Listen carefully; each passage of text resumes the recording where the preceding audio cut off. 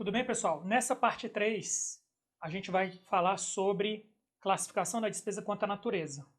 A classificação da despesa quanto à natureza ela é tão importante quanto a classificação funcional. Na verdade, todas são importantes, porque você viu que até agora tudo que a gente viu foi obrigatório.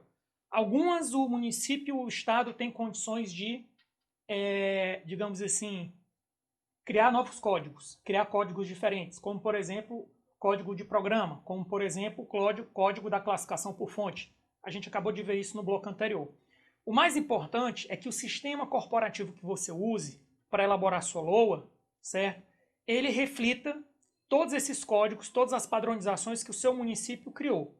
Lembrando que, baseado no que a gente já discutiu nos blocos anteriores e que você interagiu comigo, certo? No fórum, é importante que você veja qual é a base de sustentação, certo? Das classificações, por exemplo, por fonte. Para ver se o programa que está sendo usado para calcular a despesa e a receita por fonte está respeitando a padronização. No caso da classificação por função e no caso da classificação quanto à natureza, é mais fácil. É mais fácil não a tarefa de verificar se o código está correto, porque você vai ter que fazer simulações, alguns testes dentro do sistema. É fácil porque essa padronização é amplamente divulgada. Ou seja, a gente já viu agora nos slides, agora há pouco, todos os códigos da classificação funcional. E agora a gente vai ver todos os códigos da classificação da despesa quanto à natureza. Perfeito? Então, vamos lá. Então, a classificação da despesa quanto à natureza, ela segue essa seguinte lógica. Categoria econômica, primeiro nível. Grupo natureza da despesa. Modalidade de aplicação, elemento da despesa e o desdobramento facultativo, que é o subelemento. Como o próprio nome diz, esse aqui é facultativo. O que é que a gente viu quando a gente falou sobre princípios orçamentários aplicados à LOA? Quando a gente falou sobre princípios orçamentários aplicados à LOA, a gente reparou que o princípio da especificação, ele, baseado na portaria 163, ele diz que na hora que você vai elaborar o orçamento, a LOA, você não precisa discriminar a sua despesa até o final. Você pode parar em modalidade de aplicação. Isso aqui é na hora da publicação. O elemento da despesa, ele vai vir na hora da execução. Ele vai vir na hora da execução. O elemento da despesa vai vir na hora da execução. Perfeito? Então, se o elemento da despesa ele vai vir na hora da execução, acaba, como a gente viu lá atrás, acaba que você não vai ter condições de detalhar todas as despesas. Então, por exemplo, quando a gente chegar em outras despesas correntes, você vai ver que dentro de outras despesas correntes eu vou ter despesas com subvenções, que são transferências voluntárias, convênios. Você vai ter despesas com diárias e passagens. Você vai ter despesa com material de consumo, por exemplo. E está tudo misturado dentro da classificação da despesa quanto à natureza, grupo natureza da despesa, outras despesas correntes. Daqui a pouco a gente chega lá. Mas o que eu quero deixar claro para você é que já tem uma dotação global aí, só que eu quero pegar um gancho. Lá na aula, que a gente falou sobre o princípio da especificação, qualquer coisa você volta lá, você viu o seguinte, que existem várias classificações da despesa na LOA. Se só existisse a classificação quanto à natureza, a gente teria um problema, talvez sem solução, porque ia ficar uma dotação global. A questão é que quando eu pego a classificação quanto à natureza, que é essa que a gente vai estudar agora, combino ela com a classificação programática, que a gente já estudou, e combino ela simultaneamente com a classificação funcional, eu consigo ter a diretriz, eu consigo ver a direção de onde o meu recurso público vai ser aplicado. E com isso, eu consigo fazer o quê? Eu consigo cumprir o objetivo do princípio da especificação, que é detalhar o gasto. Então, eu vou ter uma dotação global na prática, dentro da classificação quanto à natureza, mas a classificação quanto à natureza ela não está sozinha. Quando eu combino natureza, programática, que a gente acabou de ver, e antes de programática, funcional, quando eu combino essas três ao mesmo tempo, eu consigo dar o norte, a diretriz para o cidadão de onde aquele recurso vai ser gasto. É isso que importa. Isso atende o princípio da especificação. Porém, durante a execução da LOA, eu chego no elemento da despesa. Então, mas aí na hora da elaboração eu não cumpro. Vamos supor que Alguém discorde desse entendimento, que não é um entendimento meu, é um entendimento que constou em algumas orientações da STN. Mas na hora que você vai para a execução, aí você chega no elemento da despesa. Então, ainda quem discorde que na elaboração da LOA tem dotações globais, o que não procede, na hora da execução eu chego no elemento da despesa. E aí, pessoal, é isso aqui que a gente precisa saber. Categoria econômica, grupo natureza da despesa, modalidade de aplicação, elemento da despesa. O subelemento ele é facultativo. Na União, se usa o subelemento na hora do pagamento. Então, para deixar claro, na hora que se elabora a LOA, eu paro em modalidade de aplicação. Na hora que eu empenho, eu vou até o elemento da despesa. Na hora que eu liquido, eu continuo no elemento da despesa. Na hora que eu pago, aí eu chego no subelemento da despesa. Classificação quanto à natureza. Categoria econômica grupo. Primeiro e segundo nível. Então você está vendo aqui que o primeiro nível é corrente ou capital, código 3 ou 4. Você tem que se familiarizar com esse código 3 e 4. Quando você for elaborar a sua LOA, o anexo que trata das receitas correntes, das despesas correntes, das despesas de capital, despesa, repetindo. Quando você for elaborar os seus anexos da LOA, os anexos que tratam das despesas correntes e de capital tem que ter o código 3 e 4. Outro ponto importante, você está vendo aqui que tem 1 a 3 aqui. Ó. 1 a 3 só pode ser categoria econômica 3. O 4 a 5 só pode ser categoria econômica 4. E aqui vai ser um outro 9. Onde eu quero chegar com isso? Eu quero chegar com isso da seguinte forma. Despesas com o pessoal sempre será despesas correntes. Juros sempre será despesas correntes. Outras despesas correntes sempre será despesas correntes. Investimento, inversão financeira e amortização da dívida, haja o que houver, sempre serão despesas de capital. Ou seja, esse 3 aqui é esse 3 aqui e esse 4 aqui é esse 4 aqui. Perfeito? Seria isso daí. Show de bola? Então, foi isso. Vamos avançar. O que são despesas correntes? São as que não contribuem diretamente para a formação e aquisição de bem de capital, e as de capital contribuem. Isso aqui é trivialidades, né? Coisas simples. Agora vamos para o que interessa. Encargo, pessoal e encargos sociais. Pessoal, muita gente tem dúvida, algumas dúvidas do que entra e do que não entra na despesa com o pessoal. E a primeira dúvida é a seguinte: professor, eu já estudei a Lei 4.320. Lá na Lei 4.320 se usa custeio, transferência corrente, e se usa investimento, inversão financeira, transferência de capital. O que é que eu vou dizer para você? Esqueça aquela classificação.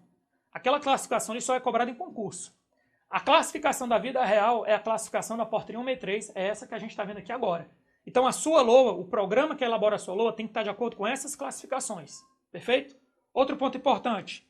Quem entra, lembrando que pessoal em cargos sociais é o código 3.1. Quem entra aqui? O pessoal ativo, inativo, pensionistas. Certo? Juros em cargos da dívida é o 3.2. Outras despesas correntes, 3.3. Agora, olha um monte de coisa que está aqui dentro. Aqui tem material de consumo, aqui tem diárias, aqui tem contribuições, aqui tem subvenções, auxílio alimentação, auxílio transporte, ainda faltou aqui serviços de terceiros. Ou seja, isso aqui é uma dotação global. Essa dotação global só não vai desrespeitar o princípio da especificação, porque existem outras classificações, que é a classificação funcional e a classificação programática. Existem outras, para completar a informação que vai ficar faltando aqui. Agora, um ponto importante é que esse código aqui, dentro do 3.3, você vai ter os contratos. Serviços de terceiros. Serviços de terceiros. E dentro desses serviços de terceiros, você vai ter o elemento da despesa 36 e o 39. O 36 é quando for um serviço de terceiros pessoa física. O 39 é quando for um serviço de terceiros pessoa jurídica. Só que aí acontece o seguinte, dentro desse serviço de terceiros pessoa física ou pessoa jurídica, certo? O que é que a gente tem que ter em mente? A gente tem que ter em mente que existem contratos de substituição de servidores. E aí, a gente sabe que esses contratos de substituição de servidores, quando a gente elabora o relatório de gestão fiscal, ele entra como despesas de pessoal. Só que eu quero deixar claro para você.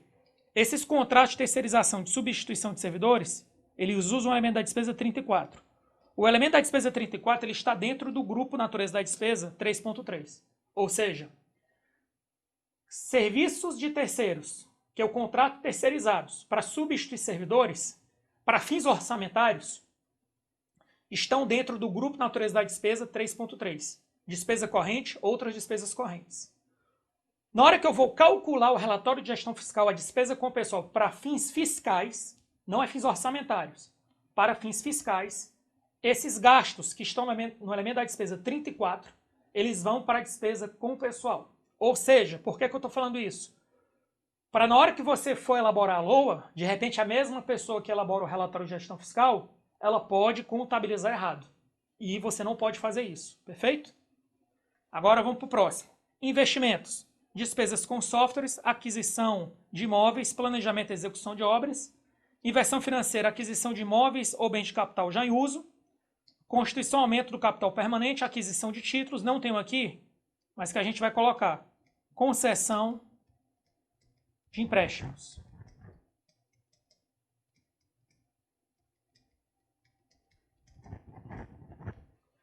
Amortização da dívida, despesas orçamentárias para o pagamento ou refinanciamento da dívida e atualização monetária. E aí fechados. Ou seja, todas essas despesas aqui, elas são despesas de capital. Eu acho que a dúvida que você vai ter, principalmente, é quando você vai ter uma despesa de capital do tipo aquisição de bens, se você vai classificar em inversão financeira ou investimento. Normalmente, geralmente os órgãos públicos compram materiais novos. Certo? Se ele compra material novo, normalmente esse tipo de gasto vai ser investimento. Se ele estiver comprando material já em uso e você souber isso desde já, aí você vai colocar como inversão financeira. Como normalmente a prática é novo, se você vai contabilizar veículos que você vai comprar, equipamentos que você vai comprar, mobiliário que você vai comprar, joga como investimento. Perfeito?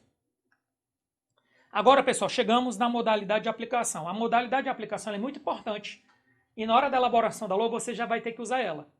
Então, o que é que você vai observar? Você vai observar se o seu município ou se o seu estado, como ele vai executar aquele gasto. Normalmente, você vai usar o elemento da despesa, você vai usar a modalidade de aplicação 90.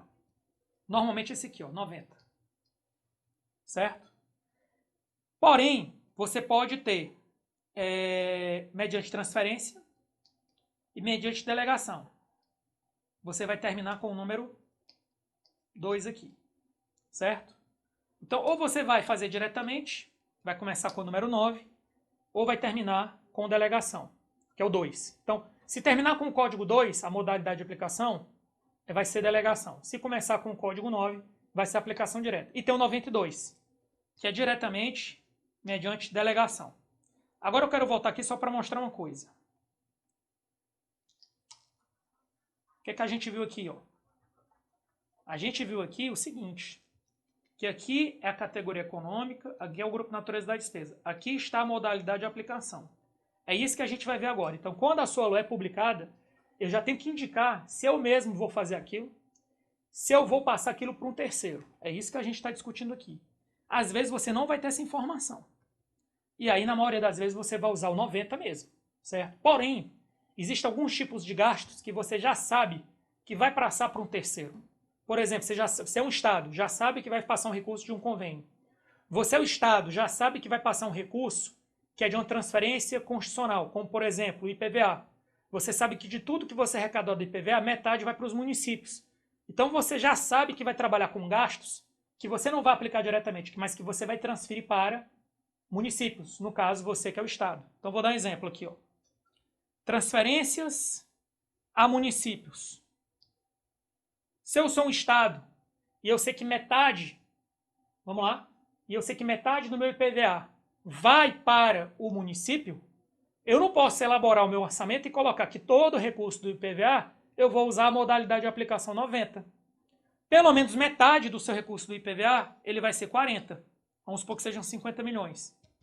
Os outros 50 milhões que você vai arrecadar, você tiver na dúvida, você vai usar a aplicação direta. Certo? Agora, pode ser que você queira usar a aplicação direta para comprovar os gastos, por exemplo, em saúde. Tem isso aqui também. Se você já sabe que aquele recurso ele vai ser de um convênio ou de um consórcio, vai estar aqui, ó, consórcio. Ou seja, Se você está na dúvida, você normalmente vai usar o 90. Mas tem coisas que você não pode ter dúvida. Você não pode ter dúvida do valor que vai ser transferido, principalmente se você é um Estado, do valor que vai ser transferido por transferências constitucionais ou legais para os municípios. Você não pode ter dúvida quanto a isso. Você não pode ter dúvida de convênios que já estão em curso, de consórcios que você já faz parte. Isso você não pode ter dúvida. Agora, você pode ter outras questões que você tenha dúvida. Se você não conseguir solucionar essa dúvida e usar uma das modalidades de aplicações aqui disponíveis, aí você vai ter que alterar. Então, moral da história, eu posso usar todos esses códigos aqui, mas o importante é que não importa o número do código, o que importa é que tem 4 formas: diretamente, indiretamente mediante delegação, diretamente mediante delegação, indiretamente mediante transferência. Perfeito? Aí, pessoal, eu trouxe agora um exemplo de operação intra-orçamentária.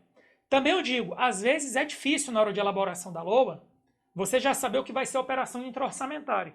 Mas pode ser que você já saiba que tem com base na série histórica. Então, com base na série histórica, você já sabe que determinada entidade costuma vender imóveis para outras entidades. Você já sabe que determinada entidade já presta serviço para outra entidade. Outras entidades que fazem parte do mesmo ente e do Orçamento Fiscal e Seguridade Social. Quando você está diante dessa situação de entidades que você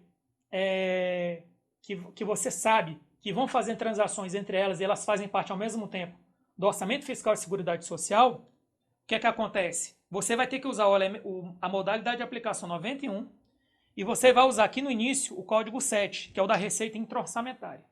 A gente ainda não teve aula da receita, vai ser o próximo bloco.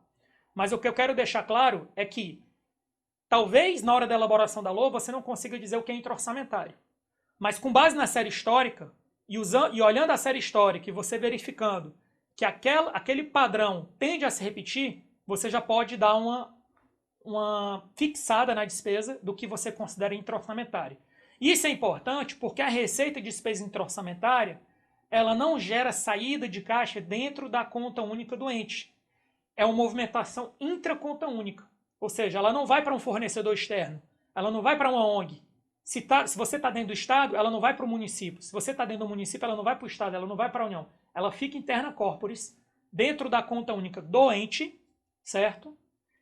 Porque é uma operação intra-orçamentária. Então, se você tiver elementos para já fazer a parametrização do que vai ser intra-orçamentário, é isso que eu quero deixar claro para você. No caso da despesa, você vai usar a modalidade de aplicação 91. No caso da receita, você vai mudar o primeiro código. Vai ser 7 ou 8. O 7, se for uma receita intra-orçamentária corrente. O 8, se for uma receita intra-orçamentária de capital. Perfeito? Chegamos agora aqui.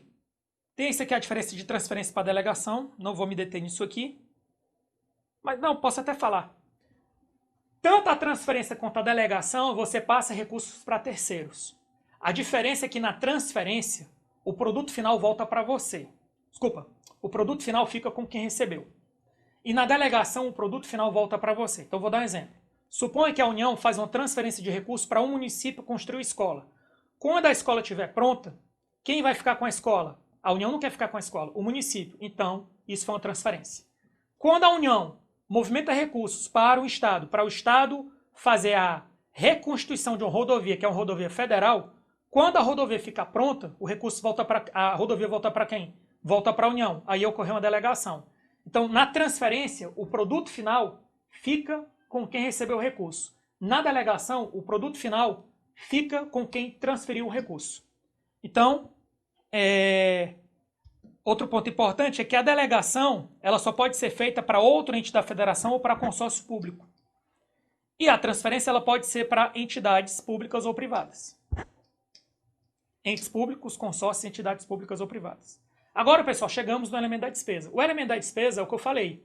Ele é o mais detalhado de todos. Ele é obrigatório, ele é padronizado. O sistema que você usa corporativo, ele tem que contemplar isso aqui, certo? Na hora que você elabora a LOA, você pode até ter os elementos da despesa para facilitar, mas na hora que você publica, você não precisa chegar nos elementos da despesa. Perfeito? Eu vou passar alguns aqui que são interessantes. Então, 11. Vantagens, vencimentos fixas, pessoal civil. 12. Pessoal militar. Diárias. 14. 15 se for militar. Juros da dívida por contrato. 21. Juros e deságios da dívida imobiliária, 23. Encargos sobre operação de crédito por antecipação de receita, 25. Material de consumo, 30. 33. Passagem e despesas com locomoção, 34. Outras despesas com pessoal decorrente de contrato de terceirização, 35. Consultoria, 36. Serviço de terceiros pessoa física, 39. Serviço de terceiros pessoa jurídica. 41 a 45. Transferências, que são as voluntárias. 52, equipamentos e material permanente. 51, obras. Esses são os mais usados. 92, despesa de exercícios anteriores. Então, lembre isso. DEA é uma despesa de exercício anterior, mas é despesa orçamentária. Perfeito? Indenizações e restituições, 93. E seria isso aí. Deixa eu só ver se tem mais um negócio aqui. Tem esse aqui, construção ou aumento de capital de empresas, é o 65. É o que a gente chama lá no início da aula, a gente chama de AFAC. Adiantamento para futuro aumento de capital. É aqui que é usado ele. Beleza, pessoal? Então, com isso, a gente encerrou aí até o final da classificação da despesa quanto à natureza. Como eu te falei, isso aqui, a princípio, quando você fez o seu concurso e você se tornou um servidor público, você foi cobrado quanto a isso. Muitas vezes, isso vai sendo deixado de lado e você cai na área de orçamento. Então, isso aqui são pré-requisitos que você já deve saber. O importante é que a classificação da despesa quanto à natureza é obrigatória. Ninguém pode inventar nada aqui, não. Se alguém inventar, tem que ser a STN junto com a SOF. Os estados e municípios devem seguir fielmente isso aqui, todos os códigos. Tanto categoria econômica, quanto grupo natureza da despesa, quanto modalidade de aplicação, quanto elemento da despesa. O subelemento da despesa não. Aí quem quiser inventar, invente. A União tem os dela, certo? Sem problemas nenhum. Chegamos agora em mais uma classificação obrigatória, que é a classificação quanto ao resultado primário. A classificação quanto ao resultado primário, a gente vai seguir o que está no Manual de Demonstrativos Fiscais. Preste atenção. No Manual de Demonstrativos Fiscais, a STN, que é a proprietária dos direitos autorais do Manual de Demonstrativos Fiscais, ela deixa claro, olha, são despesas financeiras, juros, concessão de empréstimo, aquisição de título, amortização da dívida. As outras são despesas primárias. E aí, por que isso é importante? Porque quando você elabora a LOA, você tem que saber já quais são as despesas financeiras e primárias. Sabe por quê? Porque vai ser cobrado de você o resultado primário. Como é que você vai calcular o resultado primário se você não fez a classificação correta, se você não usou os parâmetros da STN?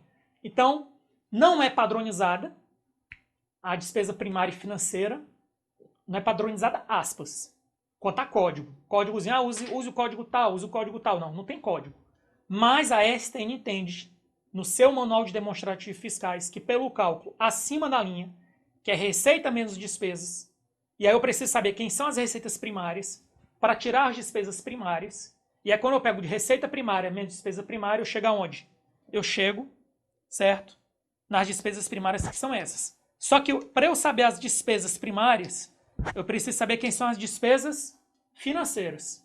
As despesas financeiras são um conjunto menor. Então, com a minha estratégia na minha vida, eu gravo o conjunto menor para saber o conjunto maior. Porque eu digo para você, é bom você olhar os manuais, é bom você ler, mas também é ruim você trabalhar num setor e você tá cheio de dúvida. Tem coisas que com o tempo você tem que dominar tecnicamente. Então, tecnicamente, eu acho muito importante você gravar essas 4.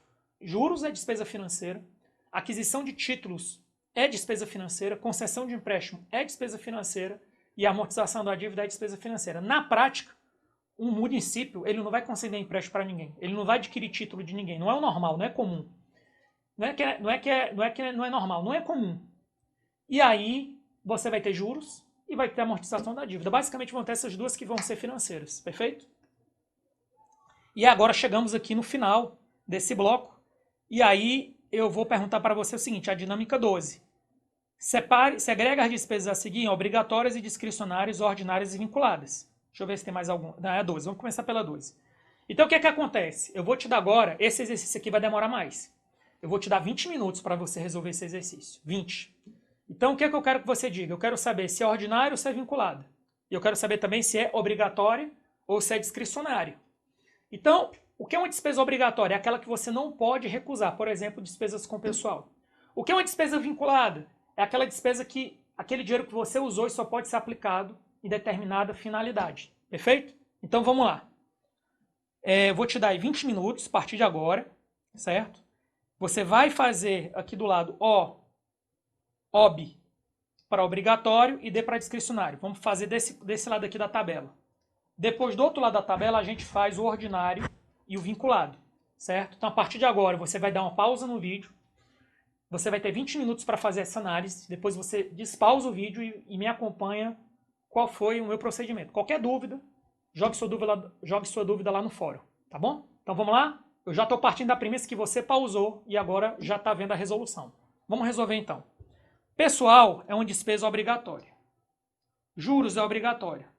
Equipamentos é discricionários. Veículo é discricionário, diárias e passagem é discricionário e serviços terceiros é discricionário. Agora, ordinário e vinculado. Ordinário e vinculado é de onde vai vir o dinheiro. O dinheiro para pagar pessoal pode vir de uma receita ordinária e pode vir de uma receita vinculada. Pode ser. Normalmente, vai ser de uma despesa ordinária. Juros também. Pode vir de uma despesa ordinária ou vinculada. Pessoal geralmente é ordinário. Mas pode ser vinculado. Por exemplo, o Fundeb. Parte do Fundeb é para pagar um piso dos professores. Então, ele é um vinculado. Então, pode ser ordinário e pode ser vinculado. Juros, ordinário e vinculado. Agora aqui, ó. Equipamentos tem saúde. Saúde é vinculado. Educação é vinculado. O livre é o ordinário aqui, ó. Mesma coisa, veículos. O que for para a saúde é vinculado. Educação é vinculado. O livre é ordinário. Saúde vinculado, educação vinculado, o livre é ordinário. E aqui embaixo, saúde vinculado, educação vinculado e o livre é ordinário. Moral da história. Fonte, se é ordinário ou se é vinculado, tem a ver de onde vai vir o dinheiro, se o dinheiro já está amarrado para determinado destino. O que já está amarrado para ser gasto em educação e saúde é vinculado. O que é livre é ordinário. O que é obrigatório e o que é discricionário, obrigatório é o que você não pode deixar de pagar. Você eventualmente pode deixar de pagar um contrato. Você pode deixar de comprar um veículo. Você pode deixar de autorizar uma viagem. Mas você não pode deixar de pagar salário com o pessoal. Não pode. Beleza, pessoal? Então, encerramos mais um bloco aqui. O bloco da despesa. Espero que tenha sido produtivo. Que você que estava, às vezes, no zero, tenha conseguido aí se ambientar. Saiba que essas despesas, todas essas classificações que a gente viu são obrigatórias. Você viu que tem particularidades em cada ente. Algumas são padronizadas, outras são obrigatórias e não são padronizadas. Mas o importante é que você conheça a fundo como o seu orçamento está sendo elaborado. Então eu passei alguns deveres de casa e estou te aguardando lá no fórum para a gente interagir. Fiquem com Deus e até a próxima.